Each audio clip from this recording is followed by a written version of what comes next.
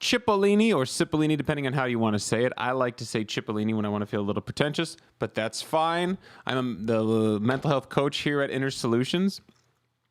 We are growing, expanding, and we're a company that provides mental health resources for those who are struggling from people who struggled ourselves. So we know what it's like. We've done the research. We've worked hard to find the tools that work. And at this point, we've worked with thousands of people. And our goal is to help 1 million people by 2025. And we are well on our way. Welcome to our live stream again. It is Tuesday night, 6:30 Central. Good to be here with you.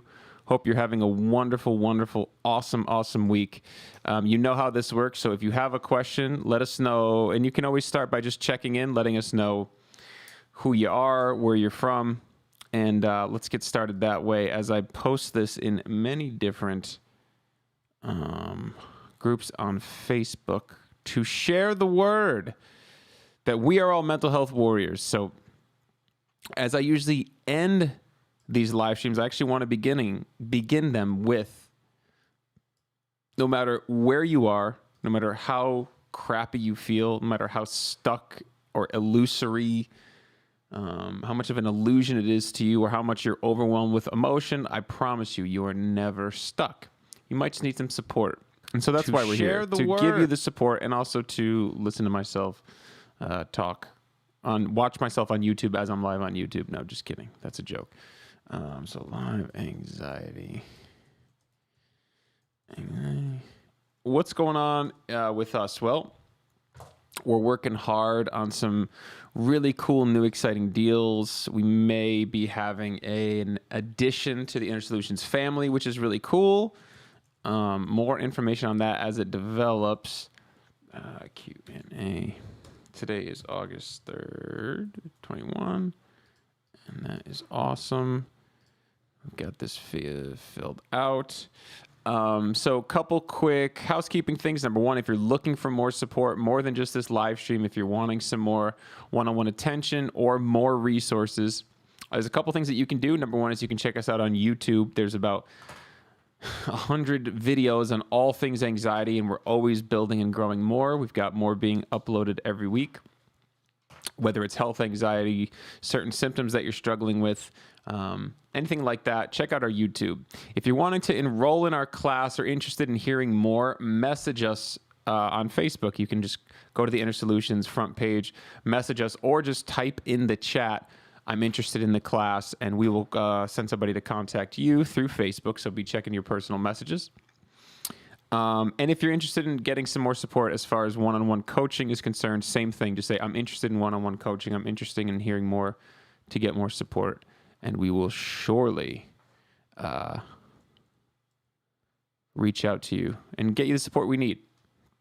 You know, we consider ourselves kind of a central coaching stable that can either help you in all the ways you need to be helped or refer you in the right direction. So no matter what it is that you need, we will find a way to make it work for you, 100%. So I want to hear from you guys. What's going on? How's your heart? Hey, Karen, what's up? Nikki, what's up? How are you? What's popping with y'all? Katrina, how are you? Give me some updates. Let me know how you're doing. Let me know what's new and what's shaking. Things are running a little slow here as far as, as far as upload speed. Yeah, so there might be a little bit of a delay here. That's okay. I'm scared to hit the refresh button. I'm scared of what might happen. I'm going to hit it. So if I go away, I'll be right back. I hit it. I did it. Oh, my God. Please keep working. I don't know what's happening. So one thing we're going to get to today is I looked up the 10 most common questions about anxiety, and we're going to go through those and answer them because I know some of those more general-esque questions help give a foundation of what should I be doing, where should I be, am I doing the right thing, and that's really, really a powerful thing. We are live, right? Yeah, this is so weird. Hey, Latea, still with the DPDR, super high anxiety, but staying hopeful. What are you doing, Latea? Like, what is your next steps look like. Can't emphasize enough. Intentionality is like the backbone of working through this stuff. So just making sure that you're really, really having a specific plan and you're following through with it to the best of your abilities. Of course, now, struggling with anxiety, it might be a struggle to do things like make diet changes, exercise changes, to integrate the CBT in the moment. That's why it's so important to be ready, really when you're feeling better. Yeah, really, really important. Diane, what's up? How's your heart today? So good to see you. Yeah, really, really great to see you. So glad that you're joining us. Man, yeah, the Facebook stuff is on the struggle bus right now. Damn. I don't know why this posting speed is really slow. What's up, Nick? How are you, my brother? How's everything going with you personally? Bonnie, what's up? Bonnie, this is the first time you said hello without emotes. I like the minimalist style of your commenting. Guys, give me an update with what's going on with you, please, if you're willing and open to sharing. What's shaking? How you feeling? As I post this stuff up. So like I said, we're going to go over the 10 most common questions that come with anxiety in this stream. But I first want to just get some check-ins and see how you guys are doing. There we go. We are cruising. SSDD. What's up, Sal? How you doing, brother? Diane says, divorce final today from NPD ex-husband. Anxiety levels have dropped. So it's over. So you were feeling some pretty heavy congruent anxiety. Now you're feeling a little better because the situation is more resolved. Good for you. Good man, anxiety's done a 180. That's great, man. Sal, what's going on with you? How's your heart, brother? Nicole, so glad to hear you're good. Dude, the overall consensus this week is that a lot of the anxieties, things are good. Things are really, really good, and that's amazing. That's been the consensus with most clients, is like things are kind of cruising. I think it's like, I know in our neck of the woods, it's like right before school starting again. Life is getting a little bit more back to being busier, which I think is helpful for some people. But yeah, so here's the key now. The key now is don't get too comfortable. Now's the time to do the deeper exploration, mine this thing out, mine it out of you, so it doesn't come back. Like when you start feeling better, that's fantastic. But again, this is the period to just, mine it out. Mine it out of there. So that it doesn't come back. Yeah.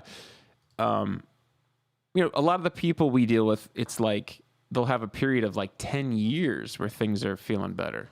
And that's awesome. But, the reason it comes back is because those thought patterns were never fully worked out, or maybe there's some kind of intense congruent situation. There's some circumstantial thing is going on. But more common than not, it's the earlier. It's the, I started feeling better. I didn't feel like I needed to do what I was doing, so I stopped. So I'm glad to hear so many people are having good days. Let's keep that up. Let's keep that momentum going. Let's make it even gooder, even more gooder. I think I'm funny. What do we got? Larissa says, I need to say thank you. I have driven all week without a panic attack. Wow. Reduced my alcohol consumption by half and even given up coffee. Yesterday I got stuck in traffic for an hour and didn't have a panic attack. That's awesome, Larissa. That makes me so happy. I'm so proud of you. Round of applause for you. Great work. You're working hard. Keep it up.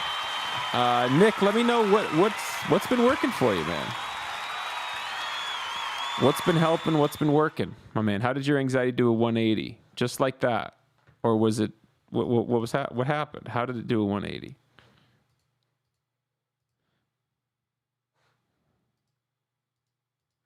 Yeah, dude, Facebook is wonky right now.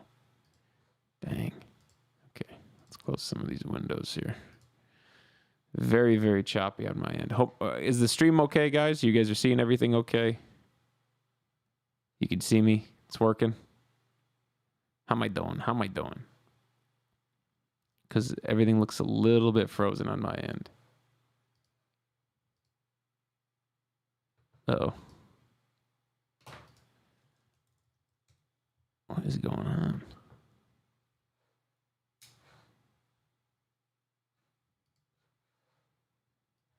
Am I live? I'm live right now? Hold on, I'm coming back to the page. Am I currently live? What is happening? I know I'm live on YouTube. Damn. Yeah, okay, we're good on YouTube. I don't know what's happening with you guys over in Facebook land. I don't know if we're still cooking or I don't know what the deal is. Let's close some of these windows here. I don't know if we're live. Right now? You do hear me. Okay. So it looks like I'm okay. What's happening with you guys? Okay. I am still here. Dude, I don't know what's going on, but we're live. Here we go. All right. We're cruising. Hey, I don't have tech anxiety. I don't have any tech anxiety. No problem. Good. Glad to hear it. Jay, what's up, my man? How are you, sir? How's your heart today, man? How's your anxiety level? If you're watching on YouTube and you have a question, just pop it in the comments. I can see them in real time. Perfect. So let's go over. I want to go over these 10 most common questions. This is on WebMD. So I figured that, and a lot of this is kind of for the doctor.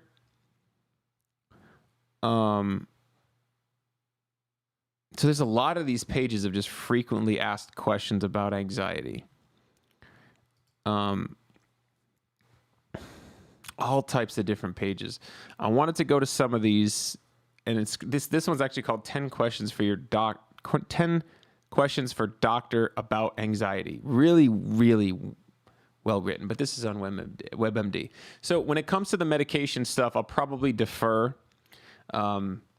I'll give you kind of our anecdotal answer, but really, with the medication, you want to refer to your psychiatrist, 100%.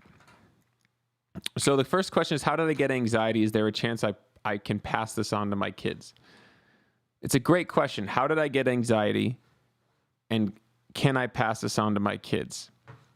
So in our experience, number one, the way that anxiety forms is an overstimulation of the nervous system in some kind of way. Whether this is being in environments that are exponentially more stressful than other environments, being in a heightened state of threat, being in an environment that was abusive or caused your nervous system to be overstimulated. So really common stuff in your youth are things like having an abusive or impulsive parent, having an inconsistent parent with moods, really, really intense situations for long periods of time, like being a soldier in a war zone, cause your nervous system to be escalated for a long period of time. And so anxiety becomes the habit. Your body gets used to being in that, heightened awareness state for a long period of time. And most typically, what happens is it habituates to that. So that's the new norm. Beyond that, anxiety happens from traumatic experiences. So you're in a seemingly peaceful place, and then something shocks your system out of the blue. And what happens is it causes this alternate kind of fragmented thought pattern of anxiety. Well, that's really taxing on your system. It's a shock to your system that causes a part of you to want to feel secure, but can't seem to feel secure because it's either so scared that something out of the blue is going to shock you and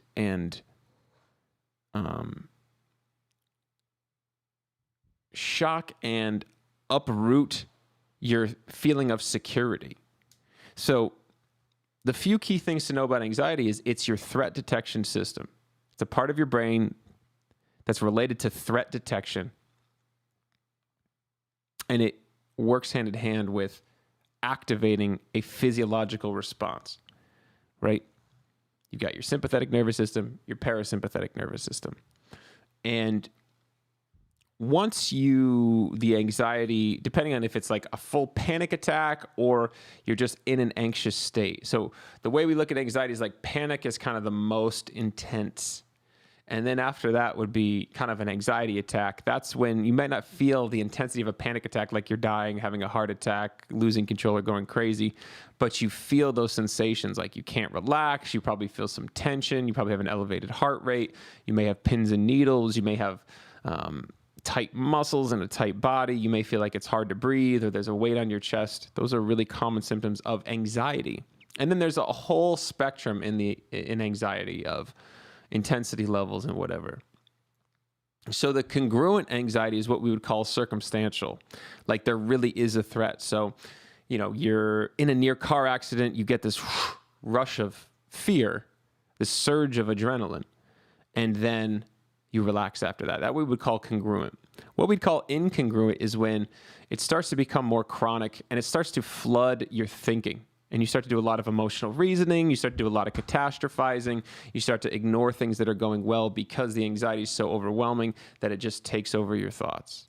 Okay? Yeah. You guys with me? Are these comments still working? Am I just spitting hot knowledge? So how did you get anxiety? It's really through any of those circumstances. Anytime there's a big shock to your system, anytime you develop protective parts of you. Anxiety can also be a sign of kind of internal misalignment emotionally. So you may develop these behaviors, certain behaviors that reinforce anxiety. So if you're anything like a people pleaser, a confrontation avoider, if you're an overachiever, if you are a chronic avoider, those behaviors innately are reinforcing anxiety, because like people pleasing is like, I need to make this person happy or else something bad will happen, i.e. there's a threat if I don't do this. The overachieving is I need to work hard, accomplish, because i.e. there's a threat if I don't do that. Something bad will happen. And the threat can be a psychological threat or an emotional threat. I'll feel something that I don't want to feel. I may go into depression. I may go into a bout of really low self-worth or feel like I'm useless or whatever. So a lot of these behaviors are coping mechanisms. Okay. So that all comes from, again, these internal kind of misalignments, these parts of us that don't feel secure, don't feel attached to ourselves, don't feel like are safe, right? And that have this longing desire to have this certainty of safety, right? Which is non-existent. So the way that we deal with anxiety is not that we create a safe environment, because that's impossible. It's that we become more brave and more rational. We attach with these anxious parts of ourselves. We find our balance of surrender and engagement with life, because there's certain things we can control and certain things we can't control. No better was this illustrated more than during the pandemic, where there was this seemingly noxious gas in the air that was going to catch us. And if we got it, right? If we got it, we didn't know what was going to happen. And that unknown can be threatening, because in the unknown, we don't know. We're not familiar. It's not predictable. That's why we like science, because it's predictable. Our minds want to find things that are predictable. So how did you get anxiety? Going back to the original question, it could be through trauma. It could be through being in a heightened state for a long period of time. It could be from having some kind of shock and overstimulation to the nervous system, like, a bout of using drugs, a really intense experience on, over caffeinating yourself, something that can cause some kind of something to happen in your body that traumatizes your mind. And a lot of times a panic attack leads to chronic, like some deeper or longer anxiety because it's such a traumatic experience. My heart starts beating. I don't know if I'm dying, anything like that. So there's a few different ways to develop anxiety. Is there a chance I can pass this on to my kids? So anxiety is not necessarily like a disease, as far as the research that I've done. It's not necessarily like a disease, like a genetic disorder. It's more that you pass it on to your kids through modeling or through compensatory behaviors. So for example, if you have a 2-year-old and you're in a really anxious state and you're meeting that 2 or 3-year-old with anxiety when you redirect them. So for example, they start running toward the street and you freak out. You say, oh my God, don't run. No, don't run the street. Don't run towards the street. They don't have the development to understand that, hey, mom's suffering from anxiety and the street's okay. You just got to look out for cars. What they see is street is dangerous. And so it's more environmental and circumstantial that you pass it on to your kids. It's more what you model for them. It's more how you interact with them that will pass it on to them or teach them those anxious thought patterns. Number 2, are there any underlying medical problems that could be causing my anxiety symptoms? Yeah, so this is a tricky one. It's a really tricky one. There's been a lot of clients who've come through and talked about, I started having anxiety when not a lot. There's been a few that said, I started having anxiety when I had COVID. I thought that was an intensifier of it. It's really hard to say because so much of the symptoms of anxiety can be somatic symptoms. And a lot of times it's easy to blame like an autoimmune disorder or, if you see imbalances in your hormones and things like that, it's like, well, what came first, the imbalance or the anxiety? And so are there any underlying medical problems that could be causing your anxiety? Always a good thing to talk to your doctor about, but the answer is kind of always the same, which is, hey, get into the circle of good behaviors, get into the cycle of like auditing what you're doing, what environments you're in. Are you spending time in nature? Are you, making sure you get enough of the vitamins? Are you in situations in your life that suck?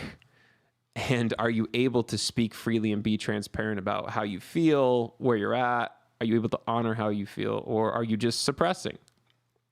Look at your circumstances. So are there underlying medical problems causing anxiety? Talk to your psych.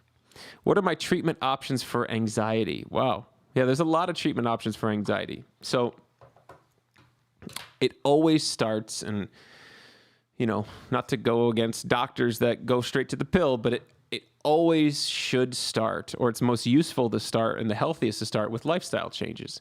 We're talking diet, exercise, meditation, therapy, journaling, like really good morning and evening routines, minimizing multitasking, content diet. Stop putting your finger in the cut, meaning stop being in environments or situations that are just triggering the hell out of you. Should always start with that. So your treatment option number 1 should be for that. After that, it gets into more talk therapy, environmental changes and things like that. The question here is, will I need to take an anxiety drug? Will I need to take it every day or as needed? How long will I need to take it? Those are all very plastic answers. Talk to your psychiatrist. It's different for everybody. I can tell you my experience. My experience with anxiety drugs was awful. It was not for me. And I tried it and then I stopped. Yeah, we did little dosage changes that kind of messed with my system. And ultimately, the answer for me was to really make lifestyle changes. And that was the big thing for me, was exercise. I grew up an active kid. In my 20s, I was not nearly as active until my later 20s. And then once I started being much more active, I started feeling much better. And truthfully, through that too, it was a different situation for me being an individual and then being in a relationship, because I had a lot of attachment issues. So these were all psychological things that were just unprocessed trauma from my youth. Things like my father leaving, and my parents splitting up, not feeling so connected, having some abusive relationships in my youth that really affected me. And so I'm still in the process of working through those, but the difference between then, maybe 28, 29 years old before that, and then after is really, really different. So will you need to take a drug? Everybody's a little bit different. The dosage is different. The frequency is different. They've got long lasting, they've got fast acting, they've got everything in between. So you got a lot of options. What side effects can I expect from medications? That's something to talk to your psychiatrist about. Some of the most common side effects we hear are like feeling kind of zombie-esque, loss of sleep, sometimes stomach issues, sexual side effects, things like that are what I hear anecdotally, but talk to your psychiatrist. What should I do if I miss a dose of medication? Talk to your psychiatrist, but just know that if you're going to be on medication, work hand in hand with your psychiatrist. Do your best not to miss a dose. It can really throw you off.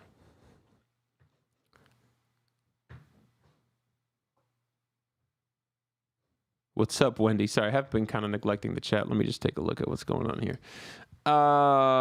Hernandez LaDonna says, does anyone here have a fear of getting sick? Yes. There's a lot of people in here with the health anxiety. Stephanie says, I diagnosed a great disease. I already had health anxiety, worse fear of dying slowly. Watching my life from a distance, knowing that I couldn't be in it. I watched 2 people that I cared about die from long drawn terminal illnesses. Be careful with that stuff, Stephanie. Little trigger warning, please. And I was terrified it would happen to me and I wouldn't be able to be there with, okay. I got grades. I interpreted that as a thing that was going to do it, and then I stopped sleeping again. It's like I knew my life was going to be slowly taken from me, so I began to live like it has. I was afraid to really live and feel because of losing, if it makes sense. Wild. What was the epiphany? The epiphany was that you were live and feel because you were, okay, I see. So the epiphany was you kind of gave up because you were scared it was going to be taken. Well, it's a big one. Diane says, fear of becoming disabled because I have no one to help me. Yeah. Well, why? But what do you really have no one to help you?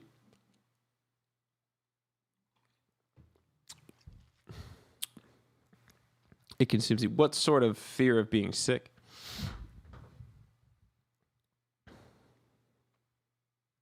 So LaDonna, this is something that, happened over time, and it's exacerbating over time.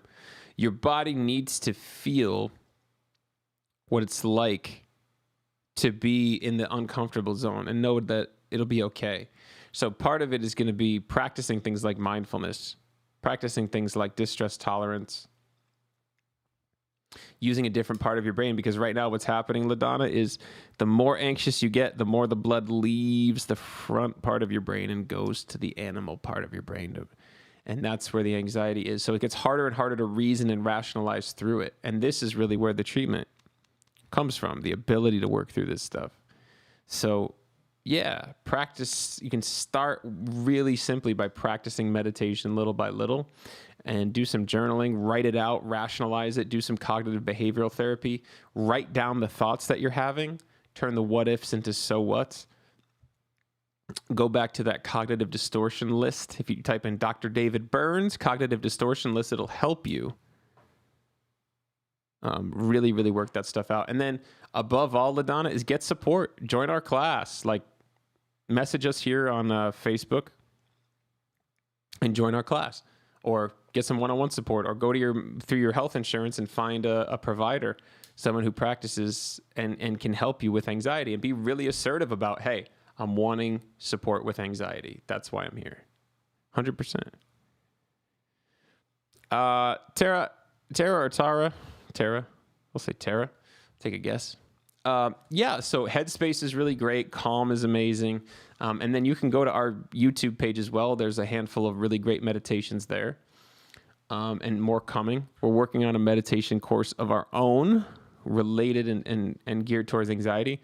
But what I do every morning on a live stream that I host is we find a 10-minute meditation based on how we feel that day. And we keep a list of like good ones. And there's a ton of good ones just free on YouTube. But Headspace is amazing. I would say Headspace is great because it's mindfulness meditation. It walks you through it.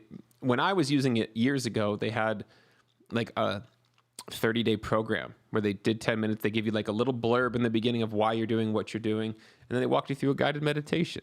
It's incredibly powerful.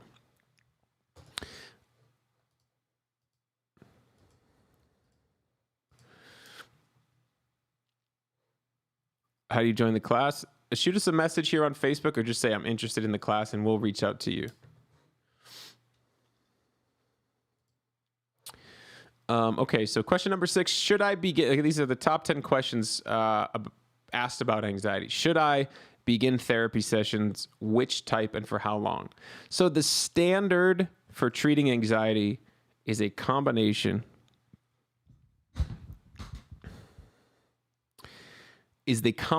of medication and SSRI and cognitive behavioral therapy. That's right now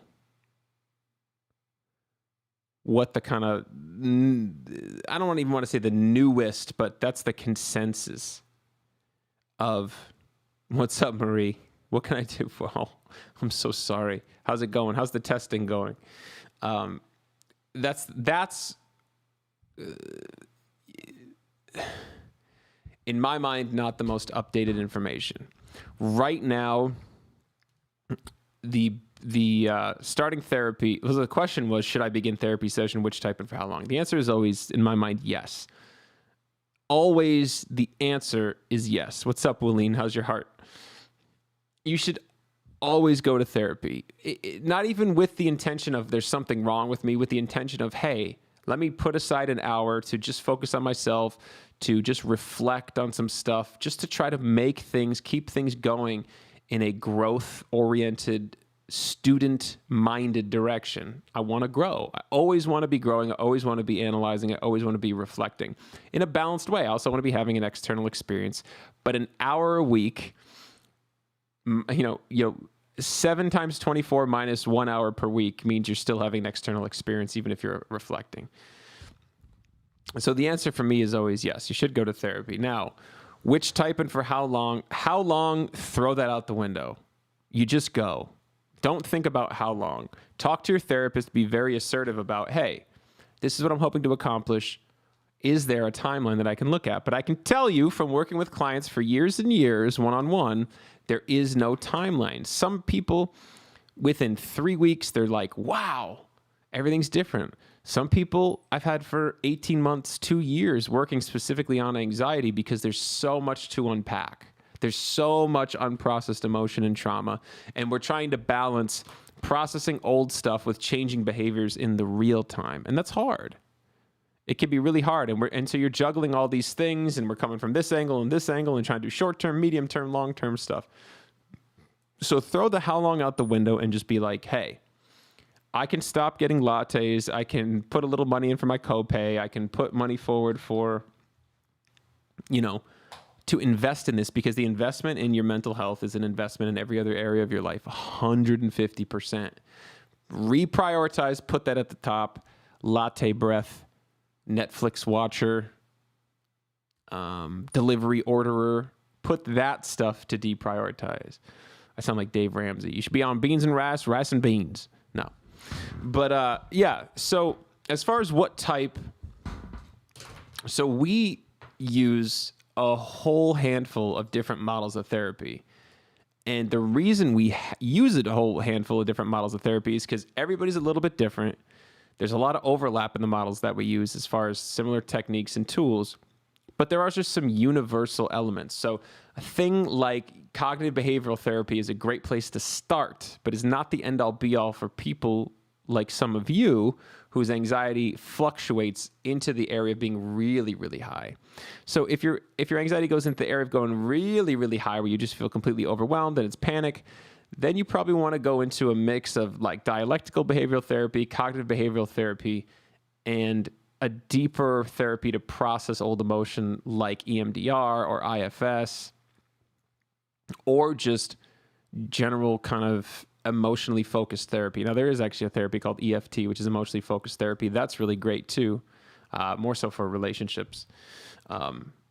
So all these concepts that are really important: radical acceptance of the event, listening to your body, learning about the signs, learning how to process emotion, whether it's through external conversations, journaling, meditation, seeing a coach or a therapist. But the answer for me is always yes. If you have any doubt if you should go to a therapist, there's no doubt, go.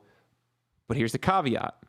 There's a lot of crappy therapists out there. There's a lot of counselors who went to school, who learned some techniques, but can't really guide you in the way that you need to be guided. Just know that you're the boss. You are in charge. Like, you are in charge. And you should be very assertive and like, hey, this is my goal. This is how I want to feel. What do I need to do to get there? Next kind, like that. Kim says, I've been struggling on and off for 10 years with anxiety and panic attacks. After starting therapy a couple months ago, my panic intensified. May have been coincidence. Don't get me wrong. I love the therapy and do believe it will be helpful for me. We just decided to not dig into my childhood anymore. I want to focus on here and now. I've been having some pretty good days this week, trying not to give any attention to my sensations. When I feel them coming, I try not to react to them until they pass. Kim, thank you so much for sharing. So yeah, if you have a therapist who goes into like regressive or trauma therapy in the wrong way, it's going to make things worse. Always. That's the caveat with like an EMDR. EMDR is a really famous type of therapy called eye movement desensitization reprocessing. The problem is if the EMDR takes you right to a place that the rest of your system doesn't really want to go, which it commonly does, it's just a shock to the whole system. And so then it'll exacerbate anxiety. You've got to know that you've got certain thought patterns that protect you from thinking about or feeling certain things. And so you really have to work with your system in the right way to mitigate any sort of that ripple effect. And that's can be really, really, really hard. So yeah, Kim, I'm glad you guys took a break from the childhood stuff and worked more towards the here and now, because you do want to start with like the what do I do now? And the truth is the present day behavior will lead you to the regressive therapy that you need to do as long as you do that right. So I'm glad you pulled back from that. Sounds like you're in a more intentional place and sounds like you're getting some relief. So I'm so happy for you, Kim. Keep on with it. Keep on kicking ass. Absolutely. Excuse my language. All right. How long before I can expect to feel better? This is one of the most common 10 questions. 10 of the most common questions is question number 7. How long before I can expect to feel better? That's a really tricky one. Really, really tricky one. Yeah. How long? And both of those need more intentional questions. Is how long and what is it? What do you mean by better? That's the big question. Like, what expect to feel better? Like, what does feeling better mean? So are you at a 10 and you want to get to a 7? Are you at a 7 want to get to a 5? Are you at a 10 and want to get to a 2? It really just depends on the person. It depends on your consistency. It depends on your work ethic. Depends on how hard you work, basically. Depends on how willing you are to make changes and have tough conversations and start to move into the exposure experiments and do the exposure therapy. And you know, how often are you doing therapy? How often are you journaling? How often are you doing meditate? Like, what is your regimen like? Are you willing to stop multitasking in the short term? Are you willing to stop drinking caffeine? It just depends on the person, the circumstance, and how willing they are to make those changes happen, how long those changes take to make happen. It's not a judgmental thing. Like, if you're having trouble making changes and getting any coping mechanisms, that's pretty normal because it's hard. If you're using something as a coping mechanism, there's a reason you're using it as a coping mechanism because it's helping you in some way. Everything you do is helping you in some way, even if it's in the self-sabotage category. It's helping you. That's why you're doing it. Everything you do is based on emotional resonance, even if it's subconscious. Yeah, so Nikki, the answer to that question is no. Most likely no. Will you ever get back to the person you were before? You'll get to a place where you feel better. That's almost everybody who sees the process through. Actually, it's everybody who sees the process all the way through, even if it takes a while. That's okay. That's okay. Once treated, how likely is it that my anxiety symptoms will return? I love that. Once treated. Well, it depends on the type of treatment, but if you do a thorough treatment, a thorough bout of self-exploration, coaching, therapy, all that stuff, how likely is it that the anxiety symptoms will return? If you do it thoroughly, very unlikely. Very, very unlikely to that level. Now, everybody has anxiety. Anxiety is what keeps you alive. It keeps you surviving. But how likely is it that it'll come back like it did? Very, very unlikely if you do it properly with the right practitioner. What lifestyle changes can I make to help me feel better? This is number 9. I love it. What lifestyle changes can I make to help me feel better? I'm going to share with you guys a free resource, my free gift to you, because I love you guys so much, because I'm so generous, and because I'm wearing this weird green and maroon, this weird green head wrap and this maroon shirt today. Oh, I bought a new cologne too. It smells so good. All right, I don't know why. Yeah, that's weird. I'm going to share with you, where's my links folder? A free resource that goes really deeply into this. Links. Maybe, if I can see it, if I can find it.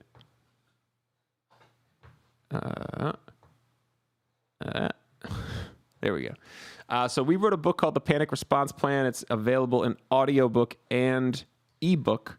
So I'm gonna give it to you guys for free for being here today.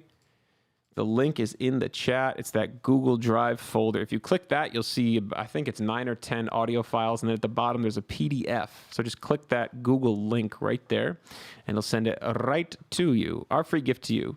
But let me break down. So there's a section in there called De-stimulating Your Nervous System, which talks about a lot of lifestyle changes that are going to help you feel better. The number one for me was exercise. Exercise is tricky if you're struggling with panic attacks, because if you exercise, it elevates your heart rate, which can almost start to trigger a panic attack. Some cases it will. So you have to kind of be in the do what you can mentality. I thought I was sick, palpitation, short of breath. I wish I could reset my brain. You can reset your brain, Aline. You can totally reset it. You can do some neural retraining, which is what we do. Every time we exercise a different thought pattern, we go against the urge that anxiety pushes us towards, you're retraining your brain. So exercise was a big one for me. Cardiovascular exercise, I loved high intensity interval training, releasing endorphins, balancing out my body. Exercise is number 1. Number 2 was diet, cutting out sugar, backing off of caffeine. Integrating things like magnesium, so leafy greens, integrating things like good healthy fats, avocados, high protein, high fat breakfast is incredibly important. And just getting rid of the crap. Candy bars and syrups and cornstarch. I don't think cornstarch is that bad. I don't know. I meant to say corn syrup. Just kind of that's the intuitive stuff. Whole foods, man, not the market. Just click on it above, Willeen. It's 1, 2, 3, 4 comments above what you just said. But just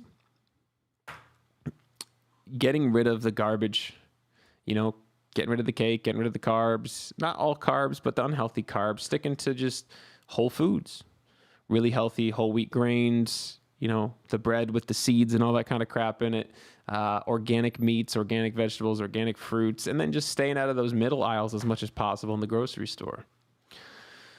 Beyond that, the other diet is a content and relationship diet, right? Who am I spending time with and why? Like, are these people fulfilling me, or am I putting on a front? Do I have to act a certain way? Am I able to be transparent in myself around them? Are they truly supportive?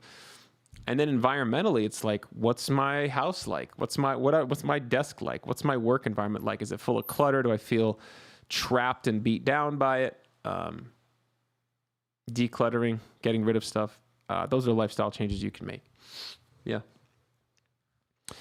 Spending time in nature was a big one. Meditation is massive. Practicing meditation on a daily basis or multiple times a day is incredibly important to strengthen and harness your focus muscle. Yeah. So there's a lot of lifestyle changes that you can make. And some of them are as simple as like having conversations where you share how you feel, whether it's sharing about anxiety, whether it's trying to resolve conflict. and learning the strategies to have those in a successful way, using mindful I statements, taking ownership of your own feelings, not blaming or accusing other people, and realizing that other people don't make you feel any way. Other people don't make you feel a certain way.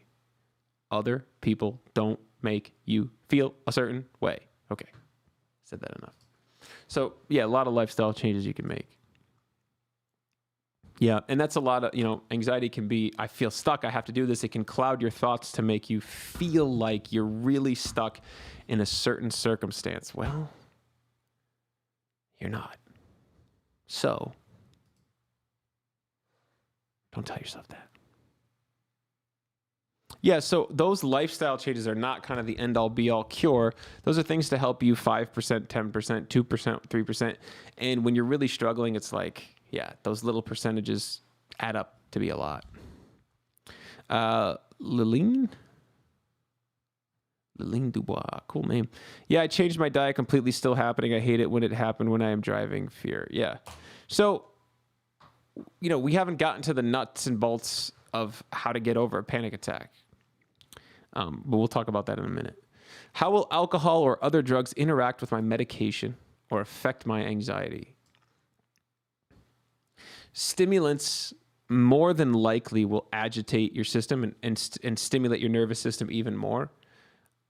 As far as alcohol or drugs interacting with medication, talk to your psych about it. There's a whole spectrum of how that can affect. Alcohol with benzodiazepines and stuff are one thing, and talk to your psychiatrist about that. We're not the medication guys. We don't prescribe. Our kind of anecdotal answer is always, hey, if you can find something that helps you in the short term to give you some relief, give you a little more space to do the deeper exploration and the deeper work that it takes to really route this stuff up, then medication's amazing. But we just always advocate for there is no substitute for doing the harder, deeper work. There's no substitute, and it's so worth the investment. That's how you get to that place, like I was saying to Nicole before, which is, will I ever be myself again? It's like, no, actually, if you use this opportunity correctly, you'll feel like a much better, stronger, free, playful version of yourself if you see the process through. Yeah. Hi, Bud. Woody's in here, chilling. Let's go back over the basics. What do I do if I have a panic attack? This is in the Panic Response Plan book. So 3 steps, let's break it down into 3 steps if you're having a panic attack. Number 1, box breathing. Slow your breathing down. Breathe evenly. Exhale for 4, hold it for 4, inhale for 4, hold it for 4. Now, if you find a strategy of breathing that is better for you, that's great. We recommend box breathing because it balances the CO2 and the O2 levels in the bloodstream, which sends the signal to the body like get out of fight or flight mode. Like get out of flight mode. Get out of the sympathetic nervous system and activate the parasympathetic nervous system response, the rest and digest, baby. You can also add to that doing some gentle massage, kind of on your trapezius behind your right ear, stimulating your vagus nerve. I love the name, the vagus nerve. Like, I feel like I want to go throw dice. I'm going to the vagus nerve. Yeah. It's so awesome.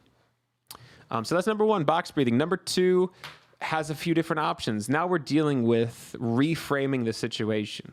So we have to break the cycle of the feedback loop. The feedback loop is when a thought or a physical sensation triggers a thought, triggers an emotion, triggers a physical sensation, triggers a thought, triggers an emotion, physical sensation, thought, emotion, sensation, thought, emotion. The easiest way to do that is to break the cycle of thinking, to let the thoughts float through without believing them. And the best way to break that is to actually integrate in a new thought. And what we recommend most high is when you feel anxious, you feel a physical sensation, you say, bring it the hell on. Bring it on. Like, go ahead, kill me. It's not going to kill you. Panic attacks don't kill you. They don't make you go crazy. They don't make you lose control. So bring it on. Like, fine, heart's beating. Let me see if I can make it beat faster. Fine, I feel muscle tension. I'm going to tense my muscles even more and see if I can get my muscles to tear. They won't. I'm scared of driving. Good, I'm going to drive even more. And all you're doing is you're doing what like we said, Laline wanted to reset her brain. We're retraining our brain to activate a different thought pattern. And the more you do that, the more brave you get. Because if you have this fear of the panic attack, if you feel like, oh my God, I'm going to die, or I can't do this, and you start avoiding it, it actually intensifies the anxiety around the panic attack. So good. So Wileen, when you feel it in your stomach, get in this really ruthless mindset and just be like, go ahead, rip it apart. And the truth is you'll get there eventually because you become so sick and tired of this that you'll just be like, I can't do this anymore. This sucks. Forget it. Just kill me. Go ahead. Do it. And you got to stay in that energy. So you do this neural retraining, you develop a new part of you, and you feel empowered. You feel stronger. Absolutely. And then the third step is just reintegration. So find an activity that you can do, because after the panic attack, the worst of it kind of floats by in 3, 5, 10 minutes. You'll have some residual energy. So do some cleaning, take a walk, call a friend, watch a calming movie, like do something to reintegrate yourself out of the experience of the panic attack and back into kind of the everyday life experience. Yeah, definitely. Oh yeah. Oh yeah. So that's really what you do with a panic attack. Let me just review, make sure I covered all the questions before we call it here. Amanda says, I don't feel getting COVID with my work and also traveling twice. I think I would have gotten it by now. If by chance I do get COVID, I'll cross that bridge when I get there. For myself, I have bigger fears and anxiety other than getting COVID, but I don't dismiss those who have health anxiety. We all have our fears. The question is, what do we do about them? And the answer is you face them. You face them. I talked in our class, again, if you're interested in the class, shoot us a message or just say, I'm interested in the class here in the chat, and we'll contact you.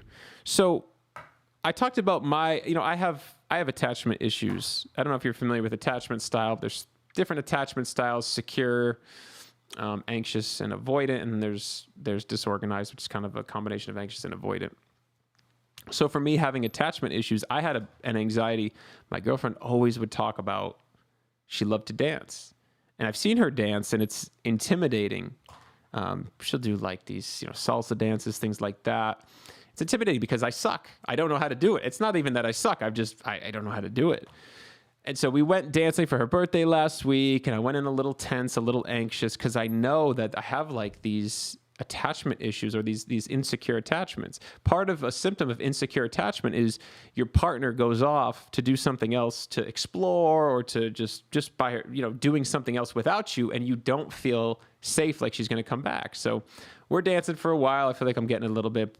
And so she says, well, hey, I'm going to go dance with somebody else just because she's much more advanced. And so she starts dancing with this guy, and he's flipping her around, and she's so happy. She's having a great time. And I can just feel this anxiety, like, oh shit, like, no, oh my God. And like, I can just feel this anxious attachment triggered, and all these thoughts start coming to my head, like, why would she want to be with me? And this, and I know, I'm trained enough to know this is bullshit. This is this little part of me that's anxious and scared, and self-worth stuff and all that kicking up because of the anxious attachment. And so I use these techniques and I try to mitigate through it, but the effect of that was pretty heavy. And so I can sympathize and empathize with the wanting to avoid, because after that, I'm like, the first thought is, I'm never coming back here. I don't even want to know this exists. But I know that to overcome the anxiety, I have to go more into it. I actually have to go more often. Not even to become a better dancer, because that's actually trying to circumnavigate the anxiety with control. What I need to do is to sit with her and feel her have fun with other people and come back. And her have fun with other people and come back. So that anxious part of me, then that's my exposure therapy, is feeling that, okay, she can do this and she'll always come back. She can do this and she'll come back. And do the CBT. Hey, don't put meaning on this dancing. Don't put meaning on this event that's not there. Like, just be with it. And it's hard to do when it triggers the emotion. So just think about what your version of the dancing is. Maybe it's driving for you. Maybe it's being outside safely. Maybe it's following like the CDC guidelines with COVID instead of I have to avoid everything, and find that edge and push yourself a little more towards the rational, a little more towards the external and the objective, so that you can really feel better, and you're not just being driven by your anxiety, you're driving it into where you need to go. It's hard, and I feel you. You know, I'm not trying to underplay the difficulty of it. It's simple, but not easy. All right, guys, so we're going to call it there for a day. I really appreciate all you guys who shared. So awesome to be here. You guys are brave, absolute mental health warriors. I'm so grateful for each and every one of you. I'm grateful to be here teaching and hosting this live stream and being able to teach these classes and work with you guys one-on-one when I do. So if there's anything we can do for you where you need extra support, don't be complacent. You don't have to feel like this. I needed support through my journey, still do to this day, get support and see a therapist on a semi-regular basis. No shame, no stigma. We're here open-minded, open-hearted, full of love, full of acceptance. So anything we can do for you, let us know. Beyond that, link up with one another and support each other, guys. I appreciate you so much. I'm Jim Cipollini for Inner Solutions. Thank you guys so much. Lots of love and good mental health. Have a great one, guys. Thanks.